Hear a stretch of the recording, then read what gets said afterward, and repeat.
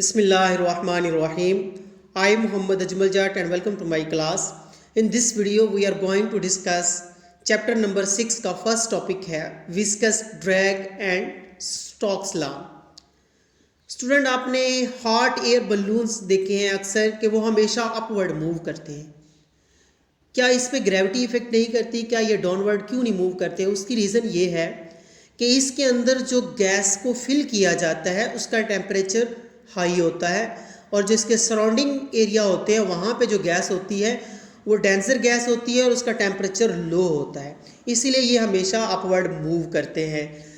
और स्टूडेंट आपने अक्सर देखा है कि जितने भी एरोप्लेन हैं, ये आपको ये नज़र आ रहा है, इसमें जो इनकी लास्ट वाली टिप्स होती हैं वो हमेशा जो है एक लॉन्ग सी बनाई जाती है। आप कह सकते हैं कि इसका जो फेस होता है वो हमेशा एक लंबूतरा टाइप बनाया जाता है। उसकी रीज़न ये है कि ये इस पर एयर फ्रिक्शन कम इफेक्ट करे और या ये कह सकते हैं कि इस पर ड्रैग फोर्स जो है वो इसको कम किया जाए, तो ताकि जो है ना इसको ये मूव कर सके, इसकी वेलोसिटी जो है, इसकी जो मोशन है, इसकी जो स्पीड है वो कांस्टेंट बरकरार रहे। तो आज हम डिस्कस करने जा रहे हैं कि हमारे पास जो फ्लूइड डायनामिक है वो क्या है और उसकी विस्कोसिटी क्या है। और सबसे पहले हम ये देखते हैं कि फ्लूइड्स होते क्या है। स्टूडेंट आपने अक्सर वाटर को देखा है या आपने हनी को देखा है या फिर आपने एयर को फील किया है। ये सारे हमारे पास फ्लूइड्स हैं। ऐसी चीज़ जो मूव कर सके, ऐसा सब्सटेंस जो फ्लो कर सके, उसको हम फ्लूइड्स कहते हैं। फ्लूइड्स की डेफिनेशन आप डिफाइन कर सकते हैं, a substance which can flow is called fluids. Liquid and gases are fluids. जितने भी लिक्विड हैं, गैसेज हैं, ये फ्लो कर सकते हैं, फ्लूइड्स कहलाते हैं। फ्लूइड्स मैकेनिक्स क्या है? फ्लूइड्स मैकेनिक्स स्टूडेंट एक फिजिक्स की ब्रांच है जिसके अंदर हम स्टैटिक फ्लूइड्स और डायनामिक फ्लूइड को स्टडी करते हैं। स्टैटिक फ्लूइड्स और डायनामिक फ्लूइड्स क्या है? स्टैटिक मीन होता है रेस्ट की हालत में जो फ्लूइड्स होते हैं, या डायनामिक क्या होता है? जो मोशन की हालत में फ्लूइड होते हैं, उनकी स्टडी को हम कहते हैं फ्लूइड्स मैकेनिक्स। इसको हम डिफाइन कर लेते हैं कि फ्लूइड स्टैटिक्स क्या होते हैं। The study of fluids at rest is called static fluids. इसकी एग्जांपल आप देख सकते हैं कि अगर आप शहद को एक जार में रखा हो तो वह स्टैटिक की हालत में होते हैं। उस वक्त आप उसकी स्टडी करेंगे कि उसका वॉल्यूम क्या है, उसकी जो लेयर पे फोर्स लग रही है वो क्या है, उसको हम कहते हैं फ्लूइड स्टैटिक्स। और फ्लूइड्स डायनामिक्स क्या है? The study of fluids in motion. जैसे कि हमारी जो वेसल्स हैं इसमें ब्लड फ्लो कर रहा है, तो हम कह सकते हैं कि ये वाला जो फ्लूइड है ये डायनामिक्स की एग्जांपल्स हैं। या गैस जो है ये सिलेंडर के अंदर देखें वो भी मूव कर रहे होते हैं, इसके पार्टिकल भी मूव कर रहे होते हैं, उसको हम फ्लूइड डायनामिक्स कहते हैं। स्टूडेंट डायनामिक्स और उसके बाद फ्लूइड स्टैटिक्स दोनों को आप समझ लगिए कि आपको क्या है। फ्लूइड स्टैटिक्स वो होता है जिसमें फ्लूइड्स रेस्ट की हालत में होता है और उसकी स्टडी की जाए कि उसका वॉल्यूम क्या है, उसका टेम्परेचर क्या है, उसकी विस्कोसिटी क्या है। और फ्लूइड डायनामिक्स क्या होता है कि जिसमें अगर बॉडी मूव कर रही है तो तब हम उसके देखेंगे उसकी स्पीड क्या है और उसकी ड्रैग फोर्स क्या है, उसको हम कहते हैं विस्कोसिटी। अच्छा स्टूडेंट देखिए ज़रा, आपके पास ये एक हनी है, शहद है, जिसकी विस्कोसिटी ज़्यादा है, गाढ़ापन इसमें ज़्यादा है। तो आपने अक्सर देखा है कि ये जो लास्ट इसमें लेयर बन रही है ना, ये लास्ट वाली लेयर है, ये उसके बाद ऊपर वाली लेयर है, ये पहली लेयर, ये सेकंड, ये थर्ड, ये 4 लेयर बन रही है। लास्ट वाली लेयर को देखें कि ये वाली लेयर जो है इसमें प्रेशर ज़्यादा पड़ रहा है और ये इस पर ज़्यादा फोर्स लग रही है, ठीक है। और ऊपर वाली लेयर जो है ये स्मॉल है, ठीक है, और इस वक्त प्रेशर भी कम है क्योंकि ये ऊपर है। और नीचे वाली जो लेयर, लास्ट वाली लेयर है, इस पर ज़्यादा फोर्स लग रही है क्योंकि ऊपर वाली जो 4-5 आपको लेयर नज़र आ रही है सारी नीचे वाली लेयर्स पे फोर्स लगा रहे हैं जिसपे प्रेशर ज़्यादा है। ओके, विस्कोसिटी क्या होता है? विस्कोसिटी को हम डिफाइन करते हैं the amount of force required to slide one layer of liquid over another layer is called viscosity. ये स्टूडेंट एक लेयर है, इसके ऊपर जो दूसरी लेयर स्लाइड कर रही है तो आपको डिफरेंट लेयर्स ही नज़र आ रही है, इसको हम कहते हैं विस्कोसिटी। अगर वाटर को हम फॉल करवाएं तो वाटर की लेयर्स कम स्लाइड्स करती हैं तो उसकी विस्कोसिटी कम है, ठीक है। गैस के पार्टिकल की स्लाइड्स विस्कोसिटी मज़ीद कम होती है, ठीक है। और जैसा कि आप हनी को देख रहे हैं, शहद आपके पास नज़र आ रहा है, इसमें एक स्लाइड दूसरी स्लाइड के ऊपर, एक लेयर दूसरी लेयर के ऊपर स्लाइड कर रही है। जो लास्ट वाली स्लाइड होती है लेयर है उस पर ज़्यादा फोर्स लग रही है क्योंकि ऊपर वाला उस पर वज़न पड़ रहा है, और उसके बाद ऊपर वाली लेयर है इस पर जो कम फोर्स पड़ लग रही है और इसका प्रेशर भी कम है। ओके, हम फिर ये कह सकते हैं, इसके लिए 2 पॉइंट है जो कि MCQ टाइप पॉइंट है कि on increasing the temperature the viscosity of liquid decrease.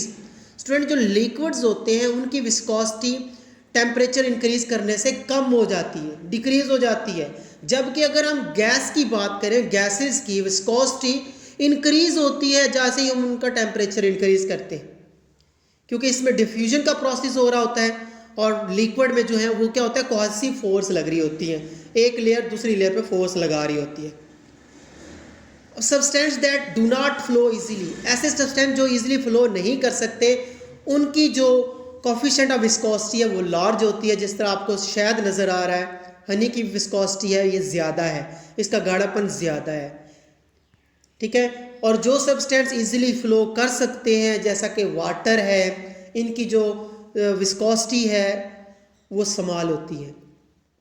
Viscosity जो स्टूडेंट आपको टेबल नज़र आ रहा है, आपकी बुक में भी इंफॉर्मेशन में टेबल है फॉर योर इंफॉर्मेशन में, इसमें हमें विस्कोसिटीज़ की वैल्यू है अलग अलग सब्सटेंस के लिए। जिस तरह एयर है इसके लिए पास्कल सेकंड में हम ले रहे हैं viscosity, pascal second coefficient viscosity का यूनिट है पास्कल सेकंड। 10⁻⁻5 एयर के लिए है, वाटर के लिए 10⁻⁻3 है। इस तरह इथाइल कोयल के लिए आपको नज़र आ रही है, ये अलग अलग डिफरेंट के लिए। हनी की जो विस्कोसिटी आपको 10 नज़र आ रही है, 10 पास्कल सेकंड, ठीक है। इसी तरह आपके पास कॉम सिरप है या अलग अलग सब्सटेंस आपको नज़र आ रहे हैं जिनकी आप विस्कोसिटी देख सकते हैं कि इनमें डिफरेंस है, गाढ़ापन है। वाटर की आपको नज़र आ रही है 10⁻³ है जो कि गैस से क्या कहते हैं, हनी से कम है। अब स्टूडेंट हम बात करते हैं ड्रैग फोर्स की। ड्रैग फोर्स स्टूडेंट आपने देख रहे हैं फिगर में कि एक आदमी जो गाड़ी से बाहर हैंड को निकाला हुआ है और गाड़ी अगर स्पीड से मूव कर रही है तो इसके हैंड पे एक फोर्स लग रही है जो कि रिटार्डिंग फोर्स है, जो कि एक ड्रैग फोर्स है जिसके हाथ को पीछे की तरफ पुश कर रही है। तो आपने अक्सर देखा है कि जो ड्रॉप्स होते हैं, बारिश के ड्रॉप्स या सर्दियों के अंदर जो क्या कहते हैं धुंध के जो ड्रॉप्स होते हैं वो हमेशा एयर के अंदर क्यों तैर रहे होते हैं? उसकी रीज़न है ड्रैग फोर्स, क्योंकि वो ऊपर की तरफ से उनका जो वेट होता है, नीचे की तरफ जो फोर्स लग रही होती है ड्रैग फोर्स, वो इनके इक्वल हो जाती है, जिसकी वजह से वो एयर के अंदर तैरते रहते हैं, एयर के अंदर जो है स्लाइड कर रहे होते हैं। ड्रैग फोर्स स्टूडेंट क्या होती है? An object moving through a fluid experience a retarding force. Student ये गैस है, एयर पार्टिकल है, एयर भी एक फ्लूइड है ना। इसी तरह अगर हम बात करें वाटर की, आप अगर एयर के अंदर, अभी हम हवा के अंदर मूव करें, हम इजीली मूव कर सकते हैं एयर के अंदर। अगर हम किसी नदी के अंदर या फिर हम कह सकते हैं कि किसी तालाब के अंदर या स्विमिंग पूल के अंदर हम अगर चलना शुरू कर दें तो हमें चलना मुश्किल हो जाता है। उसकी रीज़न क्या है? क्योंकि वाटर की विस्कोसिटी ज़्यादा है एज़ कम्पेयर टू एयर, जिसकी वजह से हमें एक तालाब के अंदर चलना मुश्किल होता है, क्योंकि वाटर हमें जो है ना, हम एक ड्रैग फोर्स वाटर हमें प्रोवाइड कर रहा है जो हमें आगे की तरफ चलने नहीं देता। तो अब हम बात करते हैं कि जो ड्रैग फोर्स होती है ये डिपेंड किस पे करती है। बात करते हैं पहले, drag force depend upon the velocity of object in a fluid. अगर आप वाटर के अंदर स्पीड से भागेंगे तो ड्रैग वाटर जो है आपको ज़्यादा स्पीड से अपोज करेगा, वो आप ड्रैग फोर्स इंक्रीज हो जाएगी। अगर एयर के अंदर ये गाड़ी देख रहे हैं आप, अगर ये गाड़ी की स्पीड को इंक्रीज कर दें तो इसके एयर पे जो, इसके हैंड पे जो क्या करेगा, एयर एक ड्रैग फोर्स लगाएगी जिसकी वैल्यू इंक्रीज हो जाएगी। तो हम कह सकते हैं कि drag force depend upon the velocity of object in fluids. The drag force increase as the speed of the particle increase. जैसे स्पीड इंक्रीज होगी तो ड्रैग फोर्स जो है वो भी इंक्रीज होगी। इसी तरह the other fact upon which the drag force depends are fluids viscosity.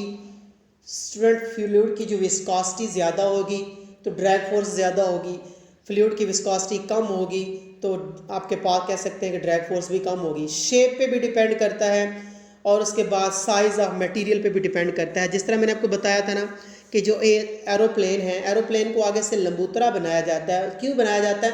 ताकि ड्रैग फोर्स को कम किया जाए। अगर आप बात करें इस गाड़ी की, या फिर आप बात करें कि अगर एक ट्रक की जिसके ऊपर जो है आप देख रहे हैं आगे से उसकी शेप इस तरह की बनी होती है कि उस पर ड्रैग फोर्स ज़्यादा लग रही होती है एज़ कम्पेयर टू एरोप्लेन, क्योंकि एरोप्लेन लॉन्ग बनाया जाता है। तो हम ये कह सकते हैं कि जो ड्रैग फोर्स को हम मेजर कर सकते हैं, एक माइक्रो लेवल के लिए भी हम फाइंड कर सकते हैं, ठीक है, और सफ़ेयर के लिए हम फाइंड कर सकते हैं। ओके, अब हम देखते हैं कि स्टोक्स लॉ क्या है। स्टूडेंट, स्टोक्स लॉ एक स्टोक्स साइंसदान है जिसने जो हमें ड्रैग फोर्स का कंसेप्ट दिया, उसके लिए एक मैथमेटिकल इक्वेशन निकाली है सफ़ेयर के लिए, क्योंकि हम अदर बॉडीज़ की फाइंड नहीं कर सकते ड्रैग फोर्स, जबकि एक सफ़ेयर के लिए हम ड्रैग फोर्स फाइंड कर सकते हैं। ड्रैग फोर्स जो एफ डी से डिनोट करते हैं इसको, on a sphere of radius R moving with speed V through a fluid of viscosity. आप स्टूडेंट कह सकते हैं कि एक सफ़ेयर है, एक वाटर है, वाटर का ड्रॉप ऊपर से नीचे की तरफ मूव कर रहा है, ठीक है, उस पर जो नीचे से ऊपर की तरफ जो फोर्स लग रही है वो आपके पास ड्रैग फोर्स कहलाती है। तो स्टूडेंट आपने देखा है कि जो वाटर है, जो ये आप कह सकते हैं ये धुंध के जो ड्रॉप्स होते हैं, ये जब ऊपर से नीचे की तरफ मूव कर रहे होते हैं तो आपको पता है वो एक कांस्टेंट स्पीड से, टर्मिनल वेलोसिटी से नीचे की तरफ मूव कर रहे होते हैं, कांस्टेंट स्पीड से आ रहे होते हैं या हवा के अंदर तैर रहे होते हैं। वो एयर के अंदर तैर क्यों रहे होते हैं? क्योंकि उनका जितना वेट होता है उसके मुताबिक नीचे से ड्रैग फोर्स लग रही होती है, जिसकी वजह से वो एयर के अंदर तैर रहे होते हैं या कांस्टेंट स्पीड से नीचे की तरफ मूव कर रहे होते हैं। तो इसकी वेलोसिटी को, इसकी फोर्स कितनी है, इस पर उसको हम फाइंड करने के लिए जो स्टोक्स ने हमें एक एक्सप्रेशन दिया है, एक फार्मूला दिया, वो हमारे पास गिवन है, F D is equal to 6 pi eta R V. Student आपके पास जो एफ डी ये ड्रैग फोर्स को डिनोट कर रहा है, 6 पाई ये एक कांस्टेंट है, एरिया है कि डेप्थ कितनी है उसकी और उसका एरिया कितना है, और ईटा ये आपको एक नज़र आ रहा है, ईटा इसको हम ईटा कहते हैं, इसका ये सिंबल आपको नज़र आ रहा है, ये कोफिशिएंट ऑफ विस्कोसिटी है कि जो आप अगर हनी ले रहे हो, वाटर ले रहे हो, आप ऑयल ले रहे हो, गैस ले रहे हो, उसका कोफिशिएंट कितना है, ठीक है, उसकी आप वैल्यू आपने पढ़ी थी पास्कल सेकंड में। और आपके पास आगे है रेडियस और वेलोसिटी। ये स्टूडेंट सफ़ेयर के लिए रेडियस होता है, वेलोसिटी उसकी मोशन को कह रहे हैं। ये सफ़ेयर के लिए उसने जो हमें एक्सप्रेशन दिया है, जिसके हम यूनिट को भी डिस्कस कर सकते हैं। स्टूडेंट जो आपके पास ड्रैग कोफिशिएंट विस्कोसिटी है, इसका यूनिट आपने निकालना है। तो इसका यूनिट निकालने के लिए आप क्या करेंगे कि आपके पास एक ईटा को आप यहाँ से अलग कर लो, ईटा को अलग करेंगे तो आपके पास क्या आ जाएगा, eta is equal to force आपके पास उधर मौजूद है, बाकी 6 पाई वी डिवाइड हो गया, तो आपके पास ये इक्वेशन बन गई, ठीक है। यहाँ से आपने यूनिट निकालना है, तो यूनिट निकालने के लिए आप क्या करेंगे, फोर्स का यूनिट है न्यूटन, 6 पाई कांस्टेंट है, इसका यूनिट नहीं होता आपको पता है, रेडियस है इसका यूनिट है मीटर स्क्वायर, और उसके बाद आपके पास वेलोसिटी है। वेलोसिटी क्या होती है स्टूडेंट, मीटर पर सेकंड होता है ना, तो ये मैंने इकट्ठा लिख दिया है एस ओवर एम। वेलोसिटी किसकी इक्वल होती है, मीटर पर सेकंड, तो मैंने सेकंड ऊपर ले गया हूँ, वेलोसिटी मीटर नीचे लेके गया हूँ, तो ये आर एक था, मीटर स्क्वायर हो गया।